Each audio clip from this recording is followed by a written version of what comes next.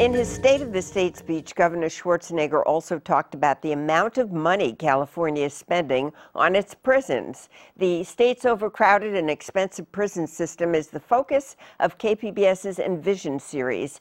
And joining me now to talk about our investigation is KPBS reporter Joanne Ferrian. So welcome back, Joanne. Thanks, Gloria. And before we begin, let's hear what Governor Schwarzenegger had to say about what the state is spending on prisons.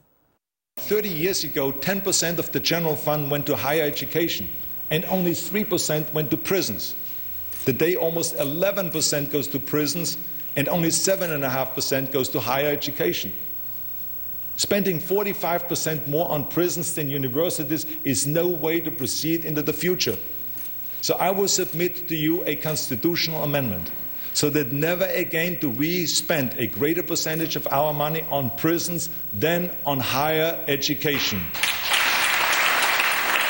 How is the governor going to reverse the rising costs of operating the state prisons? Well, in his address, he talked about privatizing prisons. He didn't give a lot of detail.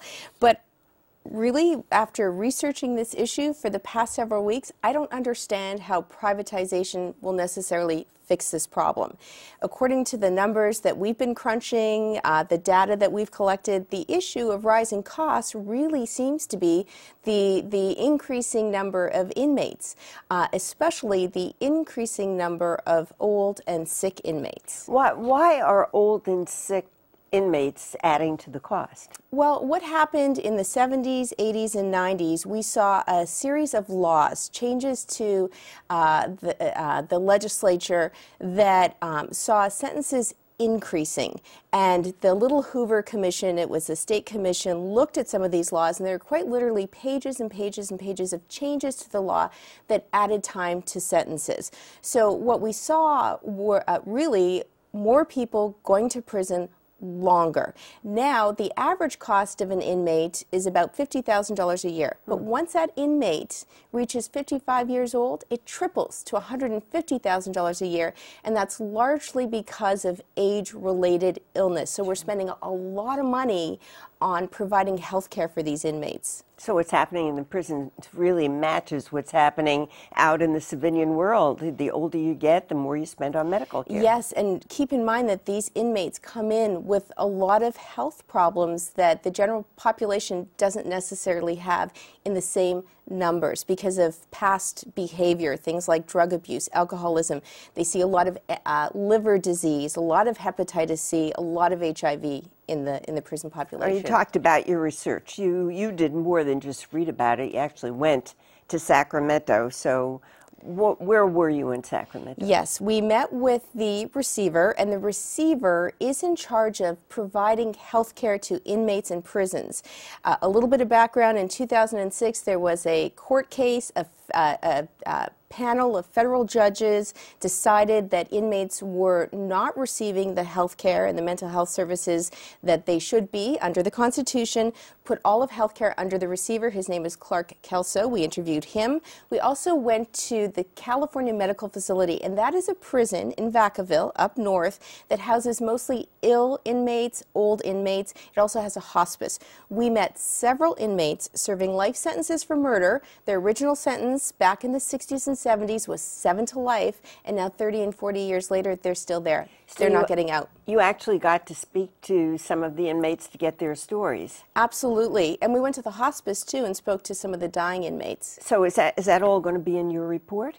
Yes, it's going to be in our report. You're also going to see a lot of it. You're going to see a lot of it on television, on our website, and hear about it on radio. Right now, we have Wendy Fry, one of our producers, crunching the numbers. She's going to tell you exactly how much an inmate costs from the time they're incarcerated to the time they die in prison. And these days we're seeing more inmates who quite literally are in there for life. Life means life in California. Well, give us a little preview. I mean, when you spoke to them, what is it that they had to say?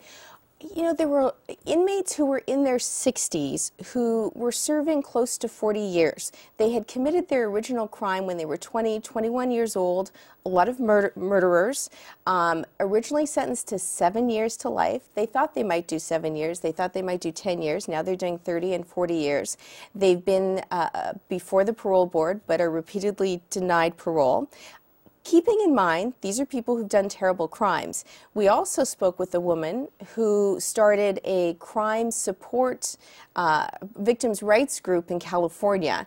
And she will point out, look, the reason that these inmates are spending so much time in prison is because they did terrible things. And back in the 60s and the early 70s, when we were letting murderers out after 6 and 7 years, and some of them went on to recommit, there was an outcry. And this woman's daughter was murdered in 1979. Since that time, she has raised money for a full-time lobbyist in Sacramento to point out to legislators people want criminals locked up for long periods of time. Okay, so just briefly, is there any sign that the laws will change? No. This is what makes the governor's address so fascinating, that constitutional amendment to say let's spend less money on prisons, unless we address these sentencing laws, I don't know how that's going to happen. And Clark Kelso, the receiver, doesn't know how that's going to happen. He's already warning that come 2013, there's not going to be enough money to provide health care to these aging inmates. Material here for many programs. Thank you very much, Joanne Ferran. Thanks, Gloria. When they were at the state prison's California Medical Facility in Vacaville early this week, our team of journalists received a first-hand account of the dilemma the state faces in dealing with its overcrowded and costly prisons. KPBS photojournalist Guillermo Sevilla produced this video essay that shows the complexity of the situation. Time sifts through the hourglass, through night and day, and I watch as the games people play. They didn't give you life without. They didn't give you the death penalty. They gave you 25 to life or 15 to life. That means you get out. Hoping that they would give me a compassionate release. For them to take care of me, it's costing probably in the thousands a day keeping me here. Possibility of having such things as medical parole for older inmates with chronic conditions whose release to a private medical facility would not pose a risk to public safety. Why they are in prison, okay? These are heinous crimes that they've committed. They are not rehabilitated.